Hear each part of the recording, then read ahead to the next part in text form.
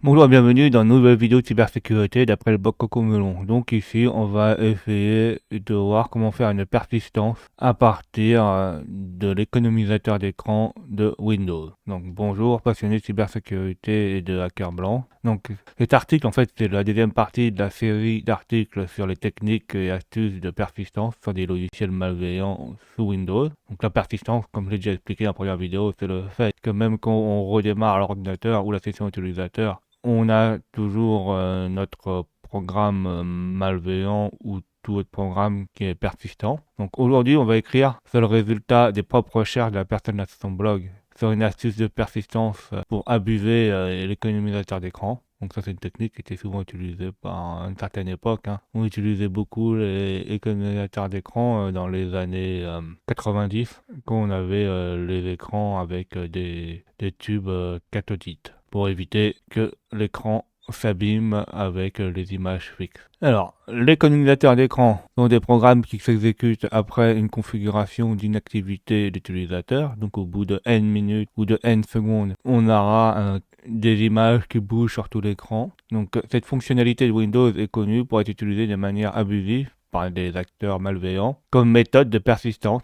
Les communicateurs d'écran sont des fichiers PE, donc portables exécutables, donc c'est comme des binaires, avec une extension .scr par défaut. Et les paramètres sont mis dans les clés des registres suivants. Donc en fait, il faut aller dans HK Current User Control Panel et non au desktop, c'est screen active. Il faut juste aller dans Control Panel et ça fonctionne. Donc pour vous montrer, on va faire une session Windows, on ouvre le shell PowerShell et on va interroger la base de registre. Donc on en règle query et le nom qu'on veut mettre. Donc nous c'est desktop. On n'est pas obligé de mettre /s.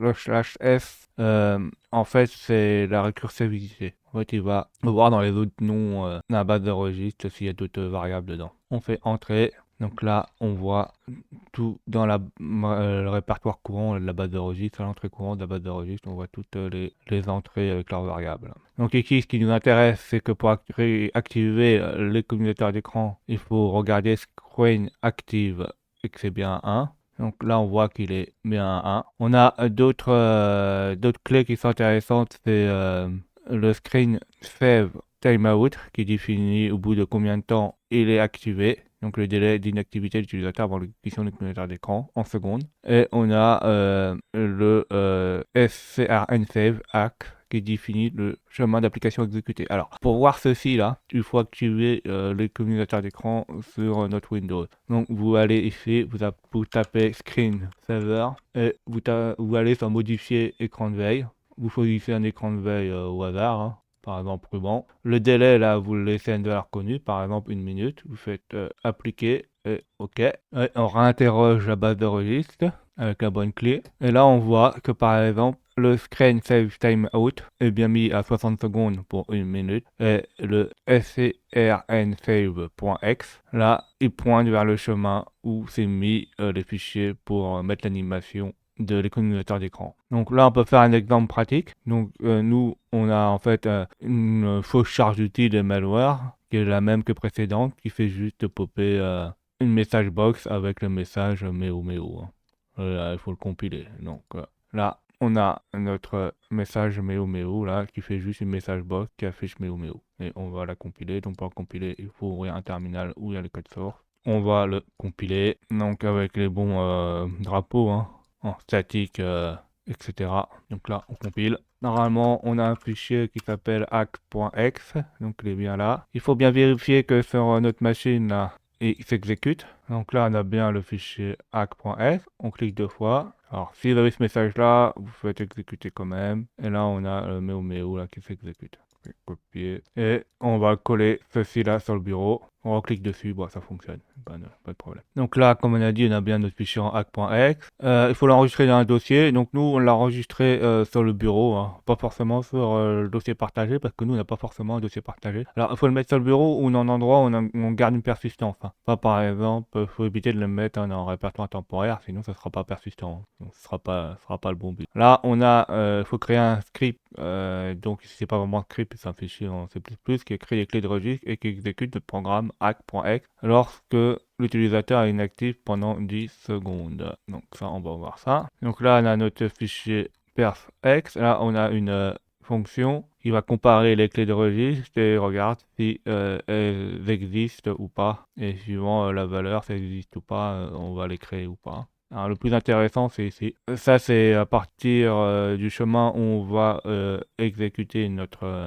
fichier. Donc, par exemple, moi, je l'ai mis dans C user test desktop act.x. Vous changerez le chemin par rapport à où vous avez mis votre fichier act.x, qui est notre charge utile. Donc, par exemple, moi, je l'ai mis là, je le sais, parce que par exemple, si je vais dans desktop, je fais ls, je retrouve mon fichier hack qui est là, et là on a bien le chemin en C user test desktop. Vous, si vous le mettez dans le bureau, ce qui va changer, c'est le nom d'utilisateur, si vous n'êtes pas le même. Donc, comme vous pouvez contacter, la logique est assez simple. Nous ajoutons simplement des nouvelles clés, des registres pour le délai d'expiration, le chemin, des clés, des registres qui peuvent ajouter. Alors, il y a des choses que je vous ai pas dit aussi par rapport au fichier qui serait intéressant. C'est qu'après, là, on a le timeout. Donc, par exemple, on a réglé qu'au bout de 10 secondes, l'économiseur d'écran va se mettre en route. Et on mettra 1 pour dire qu'il faut activer l'économisateur d'écran. Comme on a vu, par défaut, Windows n'active pas l'économisateur d'écran, donc il faut le faire nous-mêmes. Là, on essaie d'ouvrir dans la base de registre le chemin contrôle panel desktop. Donc si ça fonctionne, on peut inscrire les clés dedans. Donc là, on met la première screen save active. Donc là, on active la fonction d'économisateur d'écran. Après, on met comme deuxième clé qu'on crée, on met le timeout, donc au bout de combien de temps l'économisateur d'écran va s'activer, au bout de combien de temps d'inactivité. Et là, on va mettre le chemin qui est ici là pour exécuter notre charge utile. Une fois que ceci est fait, on ferme proprement la base de données et on quitte le programme. Donc, il dit que les clés registres peuvent être ajoutées grâce au terminal CMD, donc commande. Donc ça, on peut faire exactement ce que fait le programme là avec dans un script par exemple batch ou sur une ligne ou une commande CMD et on peut directement au-dessus. Vous pouvez faire la même chose là avec activation. Il n'y a pas d'activation aussi, mais par contre on met le timeout 10 secondes et là on met le nom du chemin qui ne fera pas forcément le même que chez vous. Ou on peut faire avec les commandes PowerShell avec new item property. Donc avec new item property, on peut inscrire des nouvelles clés. On va compiler notre programme qui modifie la base de registre, qui va activer nos économisateurs d'écran, qui va pointer sur notre charge utile et qui va la rendre donc persistante. Donc on compile, on regarde si on a bien avec lsal pers.x. Donc là, c'est bon. Ensuite, pour que tout soit fait bien comme il faut, qu'on voit qu'on ne triche pas, il faut vérifier d'abord les clés de registre à la machine victime et supprimer les clés si elles existent. Donc au début, là, on va vérifier la clé de registre. Alors, mettez pas le /s, sinon ça va mettre trop d'informations, c'est pas obligé, c'est pas obligatoire. Donc là, on fait le rect query current control user desktop. Alors le problème, c'est que comme j'ai activé les clignotateurs d'écran, on aura bien les clés qu'il faudra supprimer. Donc on a screen save timeout qui est déjà activé, donc ça ne fera pas qu'on l'ait. Et on a le scrnsave.exe que ça aussi, il faudra l'effacer. Donc pour faire un effacement, il faut faire un remove item property avec le nom timeout et avec scrnsave.exe. Donc là, j'efface le screen save timeout. J'efface le scrnsave.exe qui pointe vers l'ancien accumulateur d'écran. Si je regarde de nouveau notre base de registre, à la fin là, les deux clés, elles ont été effacées, on n'a plus rien. Oui, par contre, on a toujours screen save active. Alors ça, il faut vérifier. Ah non, là, on va vérifier. Donc là, le screen save est toujours activé. Une fois que ceci est fait, on va exécuter notre logiciel qui inscrit les informations dans notre base de registre. Donc par exemple, puis sur F5, je double-clique sur PersX, donc je fais exécuter quand même. Et normalement, si je refais une requête sur desktop, je devrais voir que le screen save timeout maintenant il est à 10 et là il pointe bien sur mon fichier user test desktop act.x. Alors, comme vous pouvez voir, nouvelle clé ajoutée comme prévu. Alors maintenant, vérifiez que tout fonctionne, déconnectez-vous et reconnectez et attendez 10 secondes.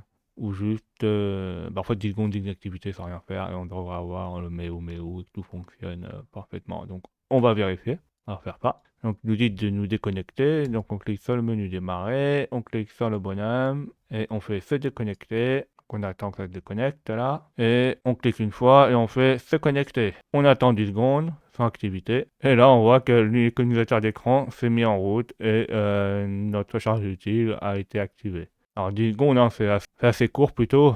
Donc ça peut être assez chiant hein, quand on a un truc comme ça. Donc tout fonctionne. Après la fin de l'expérience, on faut supprimer les clés. Donc pour supprimer les clés, on ouvre un terminal. Et on fait avec remove item property avec le nom du chemin et le nom de la clé. Là, on peut tout supprimer. Donc on va faire ceci. Donc on exécute PowerShell. Donc on supprime la première clé qui est le timeout. Donc là, suppression de screen type timeout. Et là, on supprime nos clés qui pointent vers notre charge utile. On regarde si ça a bien été supprimé. Donc on fait une requête.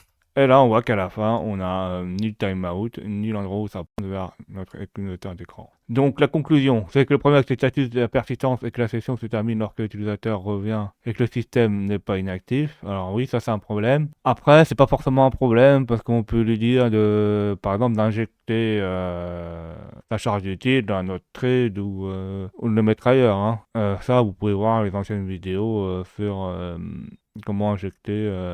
Par exemple, dans d'autres trades, dans d'autres programmes, dans d'autres DL, etc., dans les anciennes vidéos. Cependant, les équipes rouges peuvent effectuer leurs opérations, donc les red teams. Donc, ils peuvent utiliser ça, par exemple, pour miner de la crypto-monnaie pendant l'absence de l'utilisateur. Et si les économisateurs d'écran sont désactivés par la stratégie de groupe, donc par le GPO, cette méthode ne peut pas être utilisée pour la persistance. Ouais, ça peut être un problème. Par contre, là, qui vous dit quelque chose d'intéressant, là, il vous dit, bon, bah, si vous avez un Windows Server et que vous pouvez activer les stratégies de groupe, bah, en fait, ça, c'est une bonne pratique de désactiver les économisateurs dans la stratégie de groupe.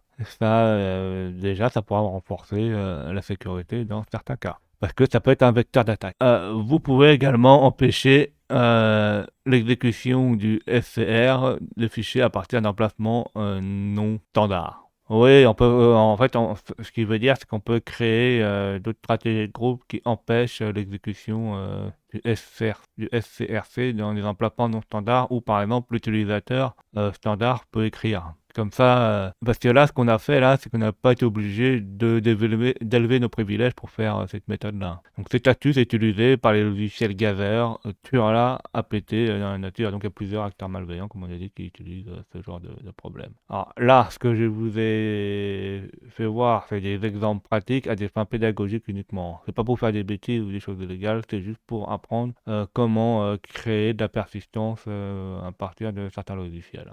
Donc j'espère que vous avez appris des nouvelles choses. N'hésitez pas à mettre des commentaires pour me faire des retours, à mettre des pouces bleus, à vous abonner et à cliquer sur la cloche de notification pour être au courant des nouvelles vidéos.